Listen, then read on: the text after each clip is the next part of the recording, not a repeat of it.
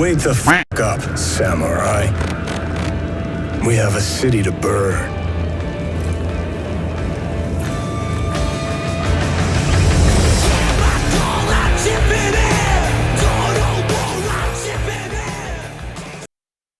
From monowire to Kiroshi optics, every single implant can lead to major changes in your playstyle, to leading to a more stealthy gameplay, turning off all your enemies' cyberware by freezing them completely via use of your cyberdeck, or using a Sandevistan to turn your enemies into slow-motion fools who can barely react to your gnarly attacks while you tear them up with your Mantis Blade's tomb.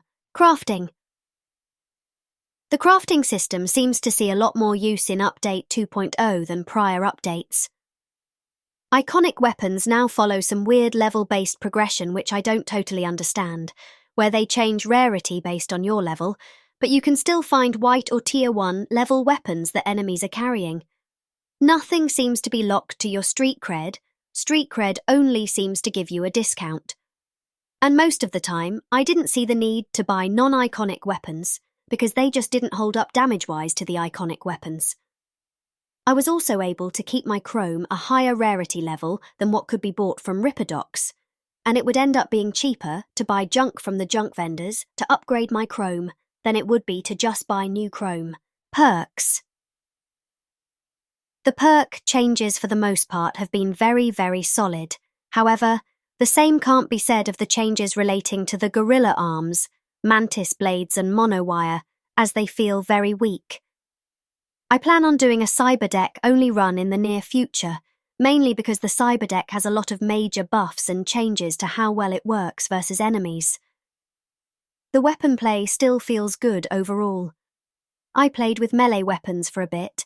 I find it difficult to use melee weapons in games where 90–95% of enemies use ranged weapons.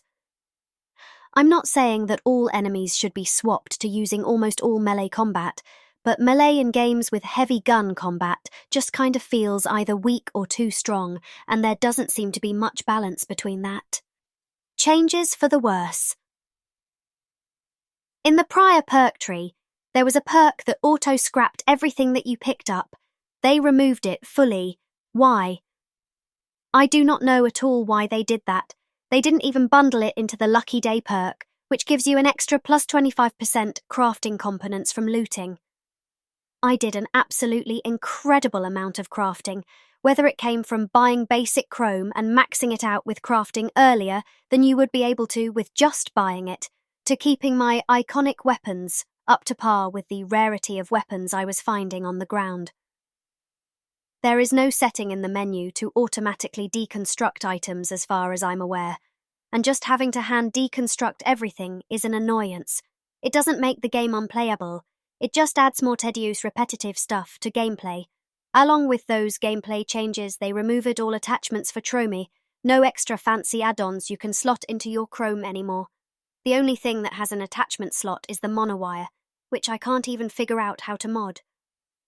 There are no real iconic arms slot items, such as no iconic monowire, mantis blades or gorilla arms. There are just 4 flavors of them: normal, thermal, electric and toxic, which used to be attachments, but are now just their own version. Thoughts. Pre-Phantom Liberty DLC.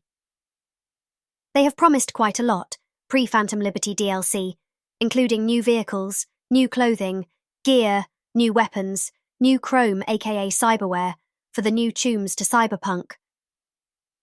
Hopefully it turns out great, because the 2.0 patch alone absolutely revitalized my love of the game, and totally has taken 50 or more hours alone since the update dropped. So I'm hoping to get a metric ton more Cyberpunk content. The universe is just great, and I really love the lore. That being said, I am totally expecting a lot of bugs and crashing, because even now I still get bugs and crashes that would make Bethesda blush. In my playtime pre-Phantom Liberty DLC, I ran into maybe 4 crashes in 50 hours of gameplay, which isn't bad compared to the game when it first came out. Dislikes. This update brought major changes, from perk changes to gunplay and gameplay changes, most for the better, but not every change was for the better. You can move your skill points around at will now, but you can only reset your attribute points once. You used to be able to pay 25,000 eddies to swap it before, but now they made it free and a one-time use. I don't honestly understand that change, as I feel it disincentives people from experimenting and trying new things. Just let people swap out their skills as much as possible.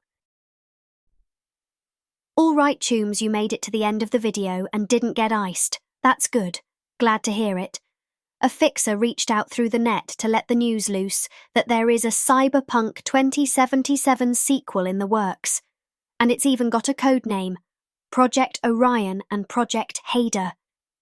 This news comes right from the fixers working over at CD Projekt Red. Seems those Chooms are hard at work. Let's hope their work gets the time it needs.